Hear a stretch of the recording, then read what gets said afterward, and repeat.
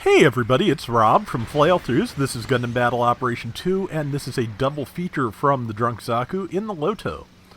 DrunkZaku said he really enjoys using it. It's like using a Go-Kart when it's in tank mode, which it is right now. And, yeah, it is... We've had mobile suits that turn into tanks before, but this is... Or rather, we've had tanks that turned into vaguely humanoid forms before, but this is our first... that actually turns into a full-fledged bipedal mobile suit, and from tank mode. So it's also very small.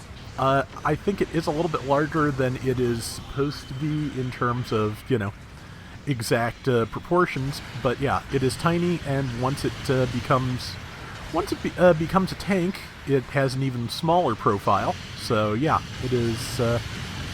Oh man, all the best parts of a gun cannon and a Gigon in one place, frankly. So, but yeah, it has some good shoulder cannons. Yep, there's a kill already. Pretty good looking machine gun there from the look of things. Incendiary missiles, and also I believe when it is in tank mode, it gains stealth.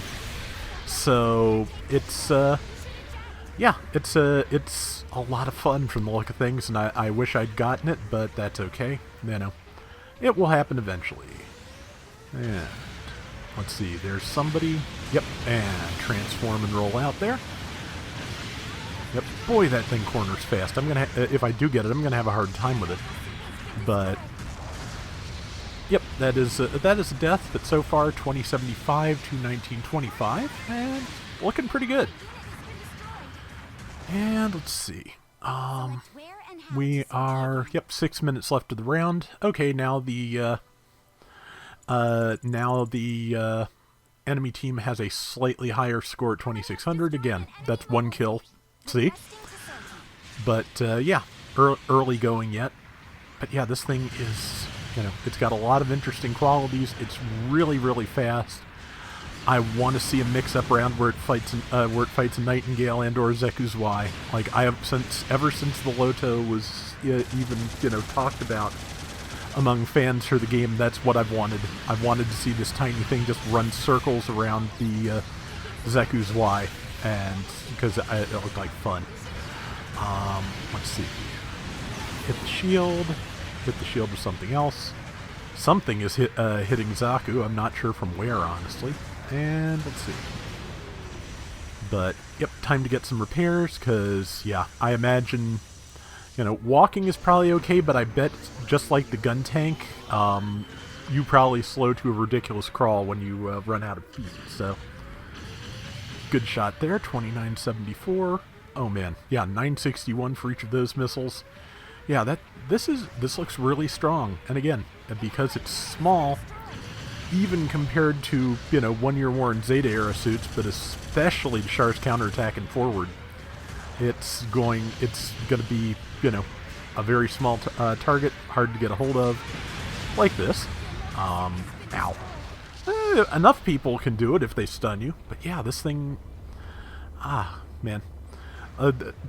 Occasionally, when I do guest videos for the newest thing, I get really, really covetous, and this is one of those times, because, yeah, just this looks like so much fun.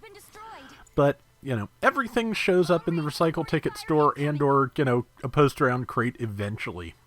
You know, it may take way longer than I wish it would, but I will get these. So, and hopefully you will too. But, let's see.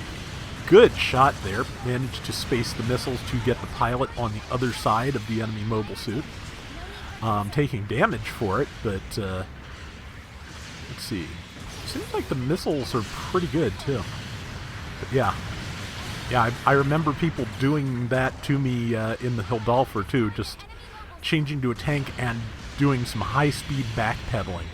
Also, the Jammer Fin is a support, and so it has no stun protection to speak of in its mobile armor mode.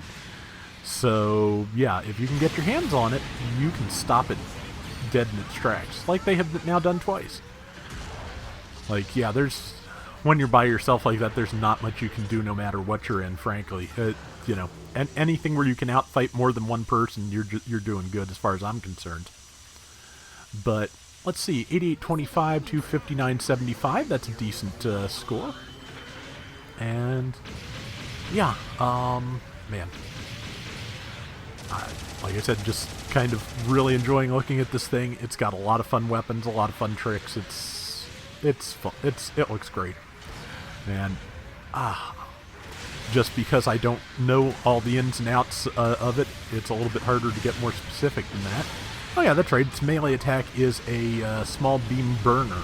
So basically a tiny little beam blade, I believe, for probably for just like, you know, breaking, you know, since this is technically a personnel carrier, it's probably for just trying to cut into reinforced, reinforced barriers it needs to breach. That's my thought. But I'm not an expert on, you know, I'm not an expert on real world military or, you know, fake anime military stuff, so that's just a guess. I'm closer to the fake anime military, but just you know, I've mentioned before, people get into Gundam liking different things and they bring different things to it, and I just, you know, I've just always liked animation. That's why I'm here. You know, I grew up watching things like Yellow Submarine and Fantasia because my father loved animation too. So you know, that's just, you know, that's how I got here. Like I said, everybody's different. Everybody brings something different to Gundam and looks for something different in it. And Gundam is amazingly big enough to accommodate all that. So, see, minute and 15 left. Still a pretty good lead.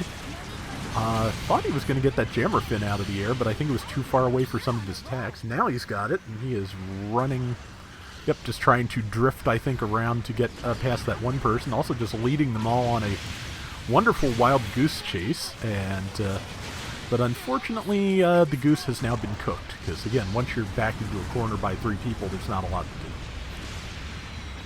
That said, you know, stayed alive for a good long time, scored a kill. That's pretty much ideal circumstances when you're that surrounded. So, okay, 13,175 to 10,025. If they manage to wipe the whole allied team, they might be able to catch up if they got enough assists, but my money is not on it. So, let's see, that's one they got. And yeah, now that they're getting the allies are getting some good mop-up kills, I think that's off the table. Severely off the table, but a good round for sure. And yeah, Zaku wasn't sure if this was too one-sided or not. No, I think this is pretty great because, you know, like the earmark I tend to look for when I'm, you know, judging whether a round is too one-sided or not is like, is the score, did you outscore the enemy team by like 2-1 or more? And I'll even fudge it if it's a really good round for 2-1, but yeah, this was good. 4175 out of that 14k, 7 kills, 4 deaths, 101,000 damage. And we have another round coming up, so we're going to take a look and see what that's like, too. Alright, and this is the second round that Zaku sent me, and we're going to take a look at that as well. Just, you know, more Loto. I really do like this. Just for the record, since,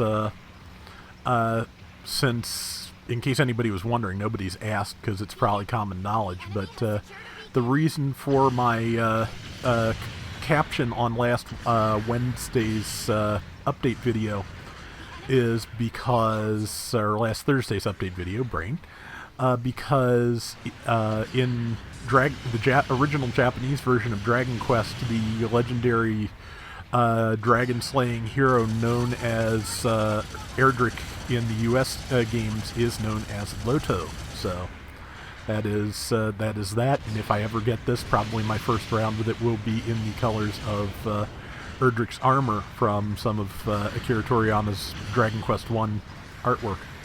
But yeah, that's that reference for anybody who didn't know. But yeah, I like this thing. And incidentally, still working on the DJ Traversia. As you saw, I got a Banshee Norn round the other day. got another one that's coming up soon because I got an okay-ish round in space. Sadly, it's not the one where I bumped into Avocado Zala, who I hope is doing really well. It was a fun round, but we did too well, and I did too poorly to really make it worth running. Else I'd have done it in a heartbeat.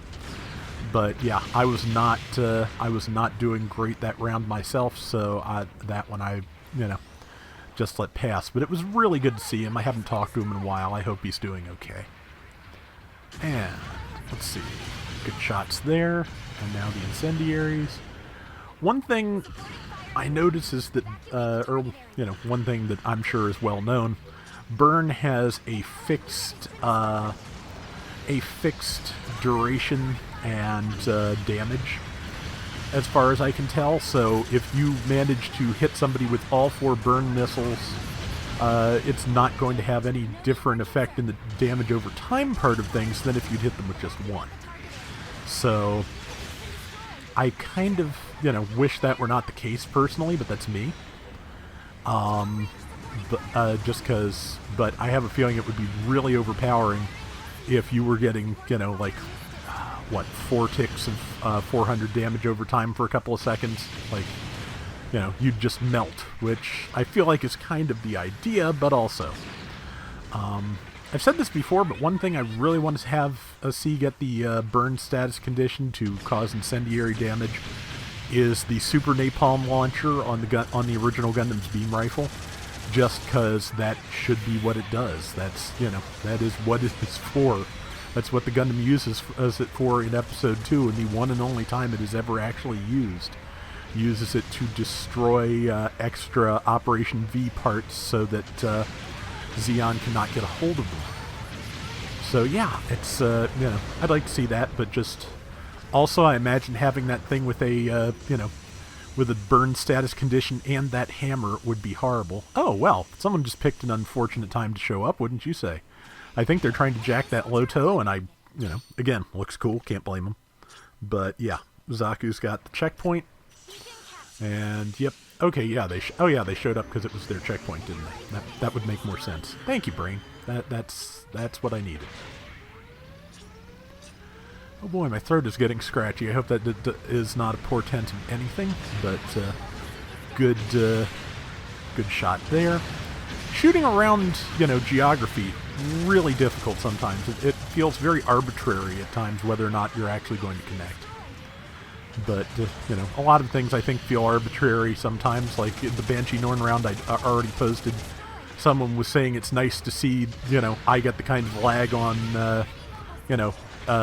tackles, and tackles that seem like they shouldn't be possible that they do. And it's like, yeah, everybody gets this. It's worse for some than others. From what I've heard and seen, probably Nurse Gundam gets it worse than anybody else I know. Because, yeah, she's shown me some clips with some really, crazy timing. And it's, yeah.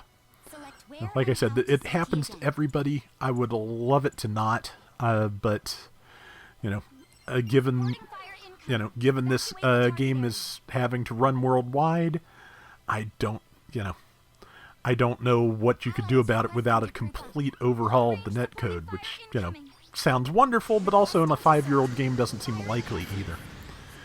But let's see, 7,900 to 8,600, 3 minutes left. Yeah, Zaku's landing a lot of shots, landing a lot of missiles. Ooh, 1066 on those. Yeah, and he was about to send everyone retreat, but there's nobody left alive back there that isn't retreating, I don't think. So, but yeah, I think he's just gonna come in for demolition derby here, and if other people, people follow him, that would be ideal. Oh, unfortunately, the enemy team followed him, so yeah, he's now got a Gaza G in the small back, I think it is, and something else as well. So yeah, that is death. And yeah, somebody is getting extremely chatty. I've had some of those lately as well. Again, people's, I try to be understanding about it, but it's also just sometimes extremely annoying, frankly. And it's a habit I've tried very hard to get out of myself. If I feel like there's, important information to convey, I try to do it, but I don't send thanks sarcastically half as much as I used to. I really, you know, like, man, this is a game that, among everything else, will show you personality flaws you need to work on, especially things related to patience and temper. Yeah, and Zaku is getting ready to tear out of there, which I think is the right move. But also, yep, just kind of leading them on a wild goose chase once again. And since he can fire while he's moving without any trouble, he can help, you know, engage the other person that was cornered by a couple of mobile suits. And now, as his team gets back into the action, everybody's in a better place. Looks like the Loto's missile pods change from 4 incendiary missiles to 6 to 8 area of effect burns when it's transformed. Because yeah, the Zusa, for example, has both. It has incendiaries, and it has things that just make an area burn and make you take damage while you're standing in it as well. 2 slightly different effects. I believe now I believe those can be happening at the same time, so you can just stack all kinds of fun damage with that trick. Yeah, good kill there on that camphor. Or actually, I bet it's a Titania, because I saw one running around earlier. Or I'm wrong, but you know, that's what the comments are for. You know, I do appreciate all the people who, you know, actually know what's going on and tell me. And you know, I'd like every YouTuber and streamer to get the same kind of grace, because it's, you know, I have a pretty great audience, and everybody should. And last second kill, as he mentioned to me. So yeah, that was a great round. And now we'll get to see what the, yeah, and even compared to just the Psycho Zaku, you can see back there, it is pretty small. 147,000 damage, top assists at 1,500. Top score at 4,700, which at this point is a full third of the Allied score, 6 and 2. So, really nice round. Thank you for sending those my way, Zaku. And that is going to do it for today's Gundam Battle Operation 2. We'll be back soon with more. Till next time, everybody take care and have fun. Later! So, yeah, there are photos out there of the Loto model kit next to larger high-grade models, and, you know, there's no way to just verbally express the kind of scale comedy going on there, but it's probably enough to say that the Loto is small enough that they pack them 2 to a box to sell the HGUC. They don't even pack things like the F91 or similarly small, you know, post-100 UC mobile suits 2 to a box, so yeah, it's kind of small.